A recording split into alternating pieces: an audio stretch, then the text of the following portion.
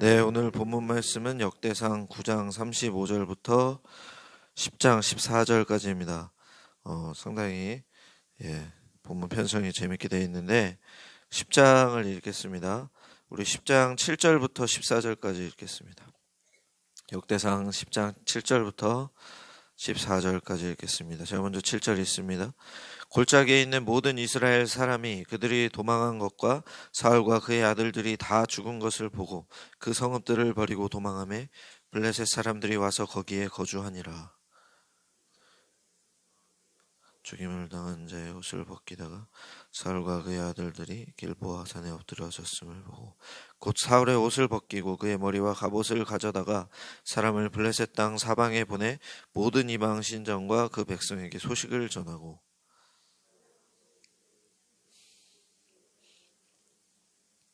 길르앗 야베스 모든 사람이 블레셋 사람들이 사울에게 행한 모든 일을 듣고 사울의 시체와 그의 아들들의 시체를 거두어 야베스로 가져다가 그곳 상수리나무 아래에 그의 굴을 장사 7일간 금식하였더라. 사울이 죽은 것은 여호와께 범죄하였기 때문이라. 그가 여호와의 말씀을 지키지 아니하고 또 신접한 자에게 가르치기를 청하고 함께 했습니다. 여호와께 묻지 아니하였으므로 여호와께서 그를 죽이시고 그 나라를 이새의 아들 다윗에게 넘겨주셨더라. 아멘. 감사합니다. 컨트롤러라는 영화가 있습니다. 좀 오래된 영화인데 맷 데이먼 나온 영화거든요. 2008년, 2009년 이런 느낌. 제가 아직 군인일 때 얘기, 대위 때 얘기니까 2008년, 2007년 말이나 2008년, 9년, 2010년은 아닌 것 같아요. 근데 영화가 어떤 내용이냐면 기독교 세계관에 대해서 생각하게 하는 영화라서 정말 전 강추입니다. 한 번은 보실 필요는 있어요. 그런데 저희 신앙하고는 좀 다른 내용인데 자기가 살아가야 하는 길이 만들어져 있고 운명론이죠. 이를 벗어나면 이제 감시하는 사람들이 있어요. 와처들이 나타나서 그 길대로 가게 다시 조정을 해줍니다. 원래 길로 가게 만들어요.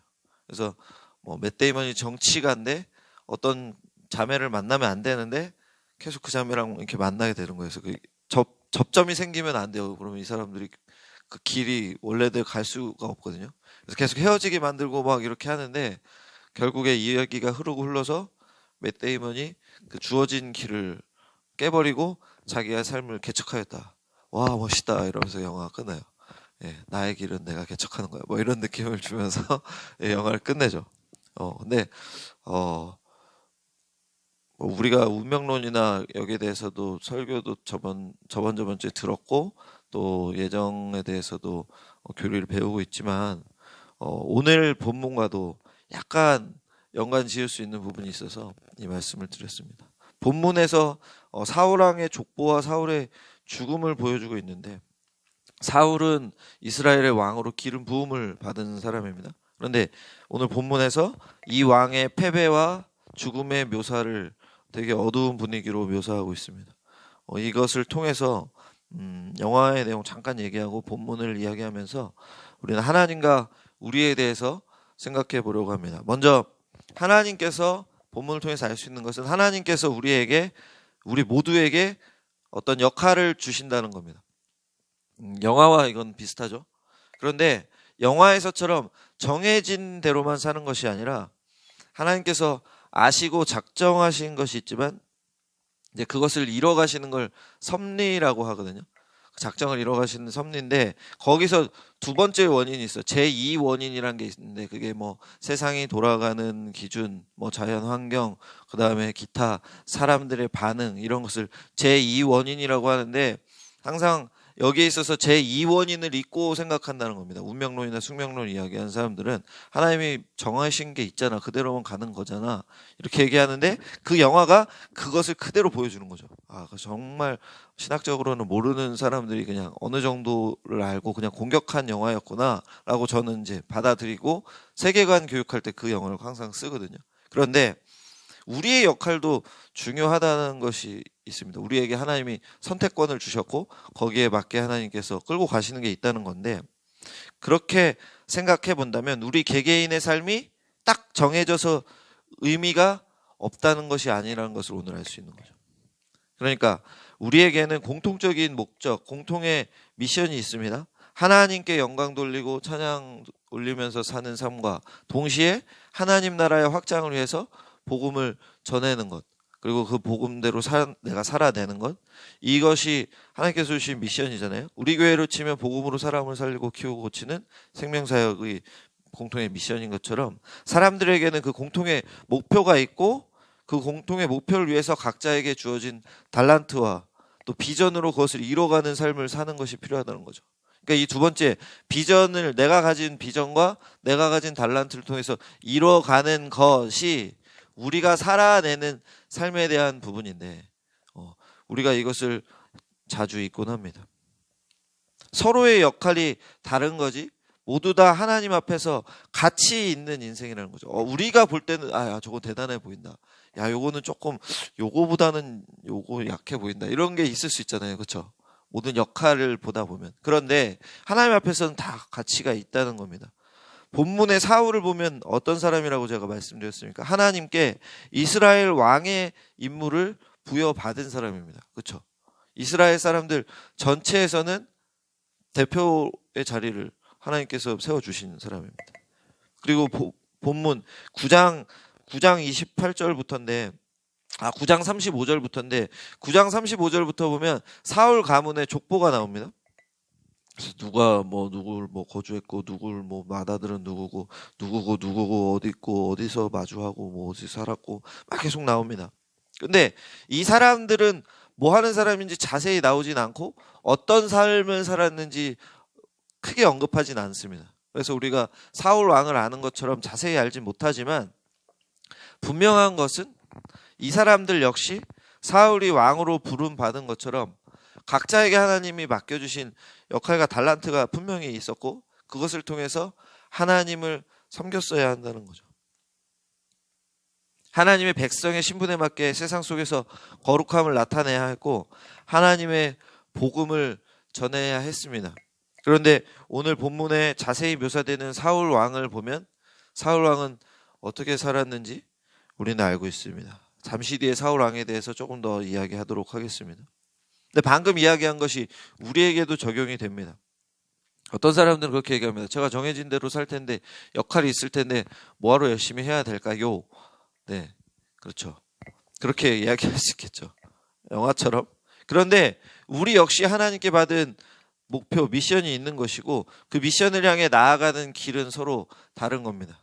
그러니까 그것을 위해서 나의 역할과 달란트와 내가 그 사명을 이루기 위해 어떻게 해야 될지를 구상하고 준비하는 것은 누구의 몫입니까?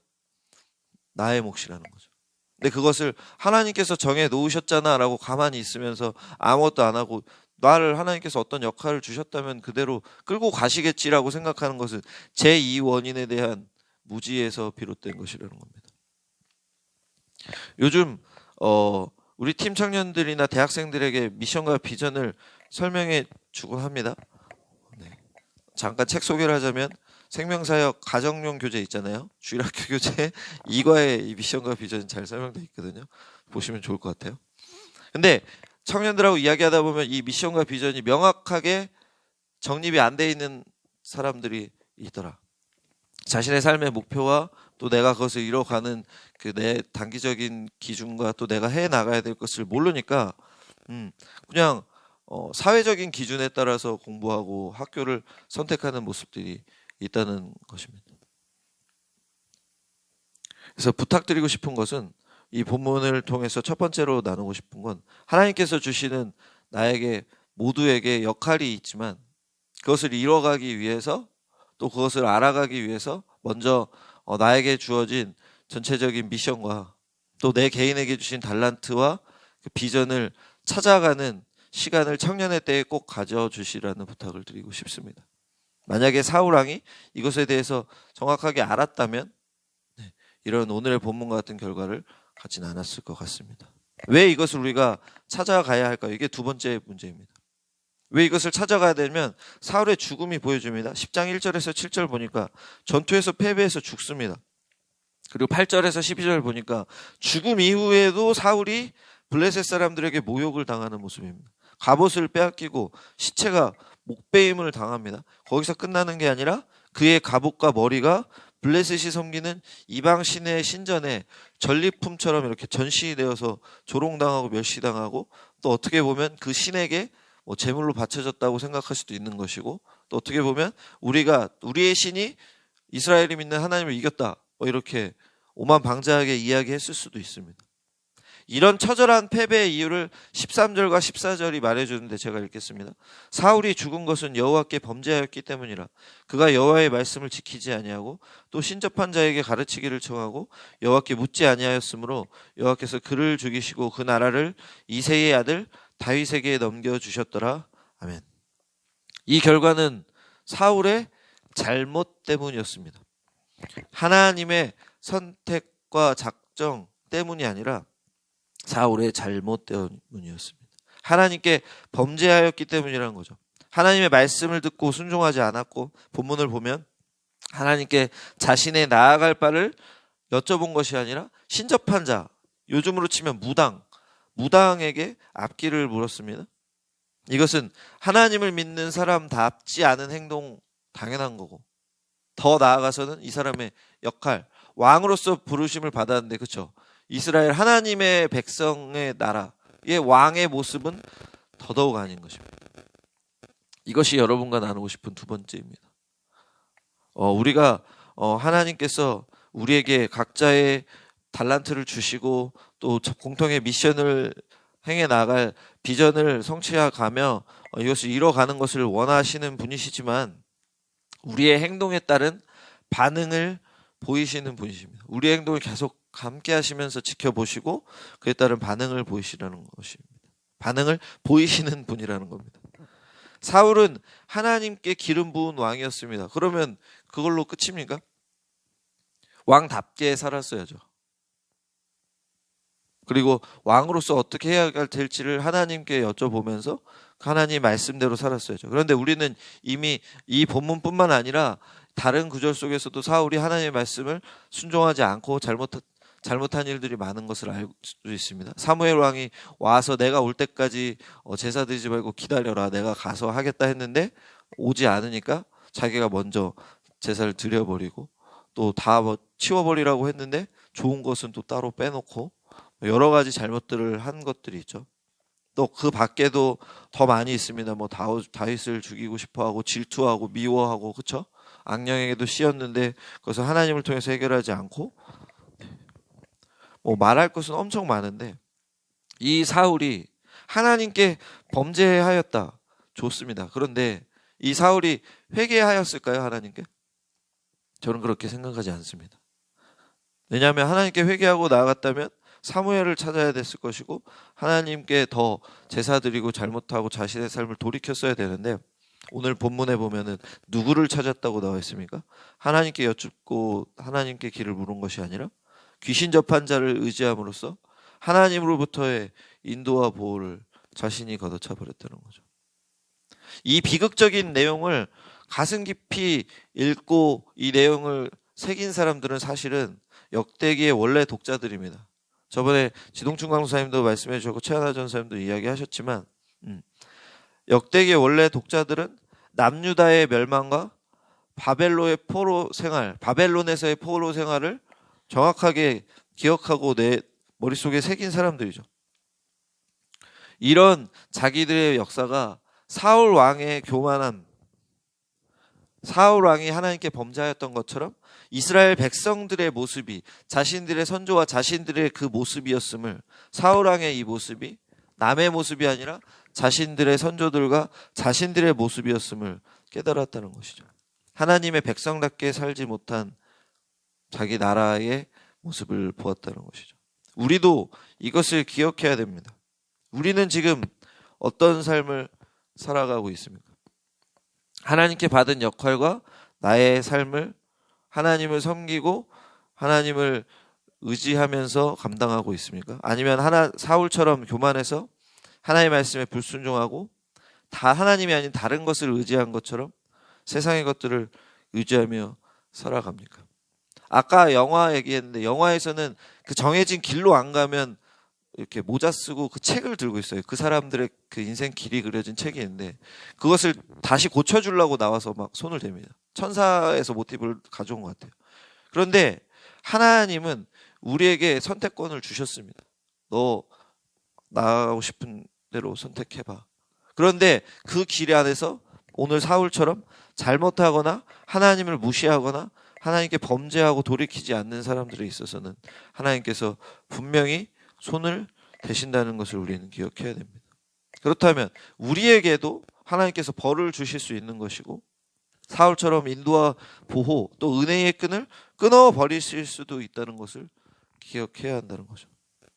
그러니 지금 우리가 생각할 것은 살아가며 또 나의 목표와 나의 비전을 구상해가며 계획하고 준비하며 나의 삶을 살아갈 때에 하나님께 범죄하진 않았는지, 하나님을 무시하고 다른 것들을 두려워하거나 의지하지는 않았는지, 이것들을 생각해 보며 하나님께 나아가야 한다는 것입니다. 부탁드리기는 우리와 함께 하시며 감찰하시는 하나님, 우리의 행동에 합당한 반응을 언젠가 보이시는 그 하나님을 기억하면서 살아가시는 저와 여러분 되길 바랍니다. 세 번째로 이야기할 것은 그럼 우리는 어떻게 해야 하냐는 거죠. 내가 준비하고 내가 계획하고 기도하고 찾으면서 나아가야 될 길이 있고 그 길을 살아갈 때에 하나님이 행동을 감찰하시고 함께 하시는데 이것까지 얘기하면 사람들은 이렇게 얘기하는 분들도 있습니다. 하나님이 너무 두렵지 않을까요? 날마다 내가 하나님 앞에 잘못하는 게 있지 않나 벌벌 떨면서 죄를 짓지 않았는지 노심초사하면서 살아가야 되는 건 아닙니까? 라고 말합니다. 네, 제가 드리는 답은 아닙니다. 13절과 14절에서 또 말해줍니다. 제가 읽을게요. 사울이 죽은 것은 여호와께 범죄하였기 때문이라 그가 여호와의 말씀을 지키지 아니하고 또 신접한 자에게 가르치기를 청하고 여호와께 묻지 아니하였으므로 여호와께서 그를 죽이시고 그 나라를 이새의 아들 다윗에게 넘겨주셨더라. 아멘. 14절이 중요합니다. 14절 중에서도 마지막이 중요합니다. 제가 읽어볼게요. 여호와께서 그를 죽이시고, 네, 사울을 죽였다는 거죠. 근데 그 다음이 중요합니다. 그 나라를 이새의 아들 다윗에게 넘겨주셨더라. 아멘. 사울을 죽이고 사울 대신 다윗을 세웠어. 그냥 사울의 대체자로 세웠어 라고 생각하면 될 부분이 아니라 하나님께서 아브라함과 이삭과 야곱에게 또 광야에서의 이스라엘 백성들에게 하신 언약을 지키시기 위하여 다윗을 세우셨다는 것을 생각해야 됩니다. 중요한 것은 신실하신 하나님께서 약속을 계속해서 지키시고 계시는구나를 보아야 되는 거죠. 사울을 죽여서 끝, 대체자를 빨리 세워야지 해서 다윗을 세우신 것이 아니라 하나님의 약속을 지키시기 위해서 하나님께서 희망을 주시고 계시다는 것을 보아야 된다는 거죠. 그래서 역대상 하는 이제부터 다윗과 솔로몬의 이야기로 가득 차게 됩니다. 사실 여기까지는 서론이라고 생각하시면 될 것 같아요. 그 나라를 하나님의 나라, 하나님 백성의 나라를 이새 아들 다윗에게 넘겨주셨더라. 이 약속을 지키시기 위해서 하나님이 이스라엘 백성과 그 선조들과 미리 지으신 약속을 지키시기 위해서 다윗에게 이스라엘을 맡기셨다는 것입니다. 그리고 이것은 무엇을 얘기하냐? 궁극적으로 다윗의 혈통으로 오실 예수님을 보여주는 겁니다. 예수님, 우리의 영원한 통치자를 보내주셨다. 우리 죄를 사해 주셨다. 우리에게 지도자를 주시고 하나님과의 회복을 예수님을 통해서 다시 이루어 주시는구나. 실패한 왕 사울을 보며 이스라엘 백성은 끝났구나라고 생각할 수 있지만 아니, 그렇지 않아.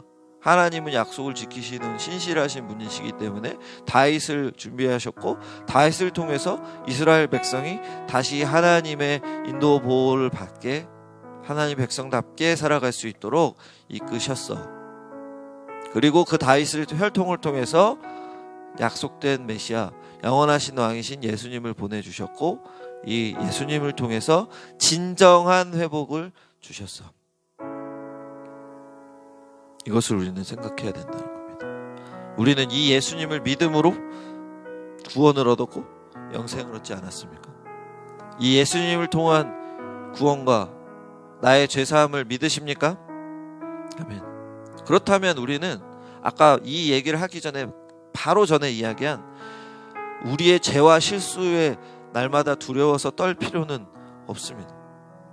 도리어 하나님을 경외하고 살아가면서 약속을 지키신 하나님을 기억하면서 잘못이 있으면 회개하고 다시 하나님께로 돌아가 하나님의 뜻대로 살아가려는 모습을 가져야 됩니다. 그 모습을 보여준 게 사울이냐 다윗이냐? 다윗이라는 거죠. 다윗도 하나님 앞에 범죄한 적이 많습니다. 하지만 다윗은 어떻게 했습니까?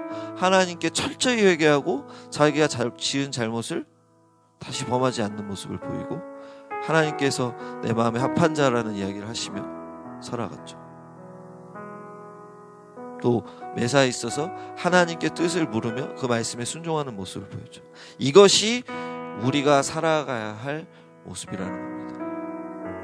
언약에 신실하신 하나님을 늘 묵상하며 살아간다면 두려울 때도 있고 잘못해서 하나님께 죄송할 때도 있겠지만 날마다 벌벌 떨며 노심초사하는 것이 아니라 하나님을 의지함으로 하나님께 감사함으로 또 하나님의 이끄심을 기대함으로 살아갈 수 있다는 것입니다. 이 사랑은 영원히 끊이지 않는 겁니다. 하나님의 작정, 영원하신 작정은 온 피조물과 온 세상을 향해 있습니다. 그것은 하나님의 영광을 위해서 하나님께서 작정하신 것인데 그 작정 안에 저는 편의상 단어를 구분합니다. 작정과 예정으로 나누는데 하나님께서 피조물들 중에 천사와 사람들에게 예정하신 작정하신 것이 있습니다. 천사 안에서도 타락한 자들이 있고 하나님을 계속 섬기는 자들이 있는 것처럼 사람들도 하나님께 구원받은 백성이 있고 구원받지 못한 백성으로 나누지 않습니까? 이중 예정이 되어 있지 않습니까? 그런데 우리 하나님께 선택받은 백성들, 하나님을 믿는 사람들은 그 하나님의 사랑으로부터 결단코 끊어지지 않고 멀어지지 않는다는 것을 우리가 기억해야 된다는 겁니다. 로마서 8장 38절 39절입니다. 제가 죄를 짓고 두렵거나 하나님을 내가 똑바로 믿는 사람인가 마음속에서 그런 의심이 올 때 또는 마귀가 저에게 너 하나님 믿는 사람 아니야, 너 교역자 같지 않아, 이런 생각을 줄 때 이 말씀이 저에게 너무나도 큰 힘을 줍니다. 한번 나눠보겠습니다. 제가 읽습니다. 내가 확신하노니 사망이나 생명이나 천사들이나 권세자들이나 현재의 일이나 장래 일이나 능력이나 높음이나 깊음이나 다른 어떤 피조물이라도 우리 주 그리스도 예수 안에 있는 하나님의 사랑에서 끊을 수 없으리라. 아멘. 이 고백이 저와 여러분의 고백되길 원합니다. 하나님께서 신실하시기 때문에 하나님께서 이미 우리를 택하셨고 우리를 사랑하신다 하셨고 우리를 주 예수 그리스도 안에서 구원하셨으며 자녀 삼으시고 백성 삼아 주셨기 때문에 하나님이 하나님이시고 하나님이 하나님다우시기 때문에 우리는 두려워할 필요가 없습니다. 우리의 잘못에 죄송해하고 죄스러워하고 안타까워할 필요는 있지만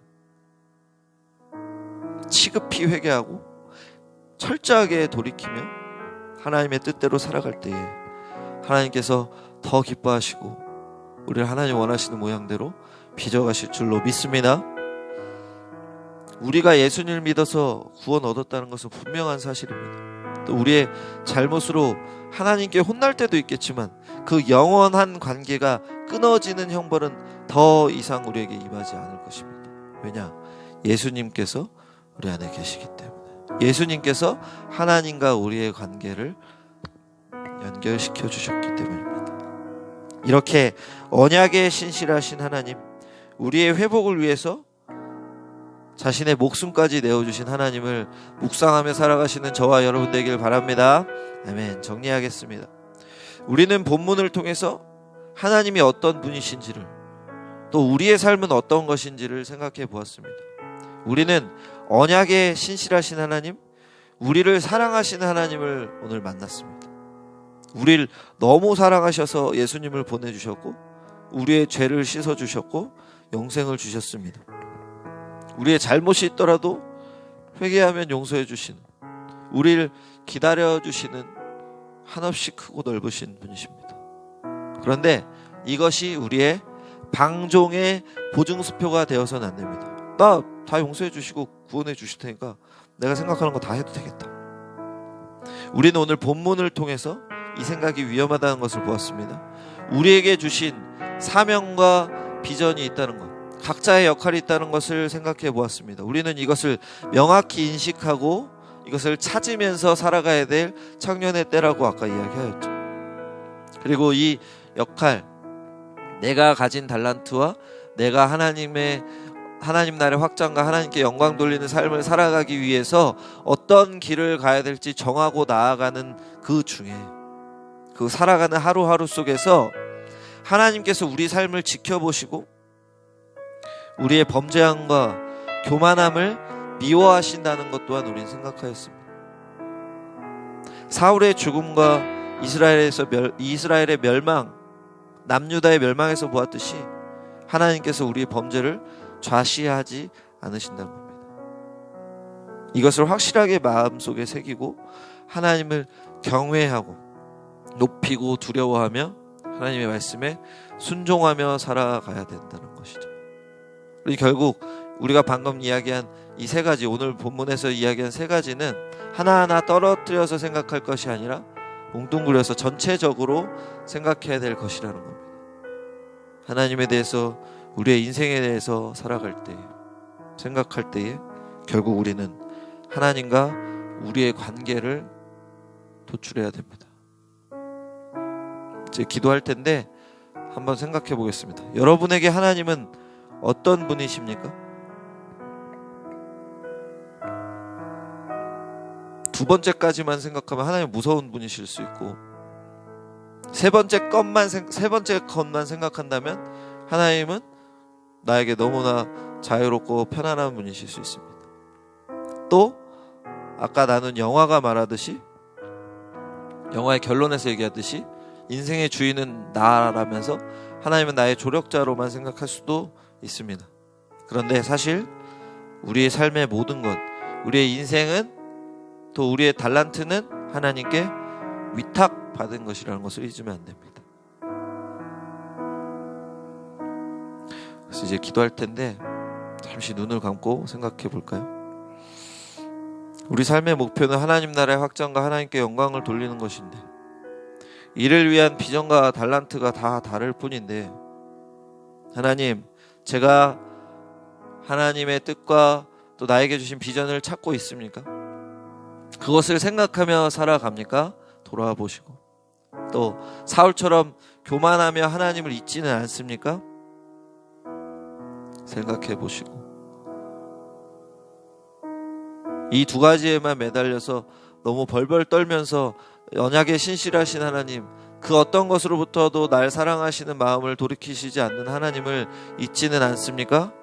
돌아보시며 오늘 하루 또 앞으로의 삶에서 하나님의 사랑과 은혜와 이끄시는 섭리를 풍성히 누리신 저와 여러분들에게 주님의 이름으로 축원합니다.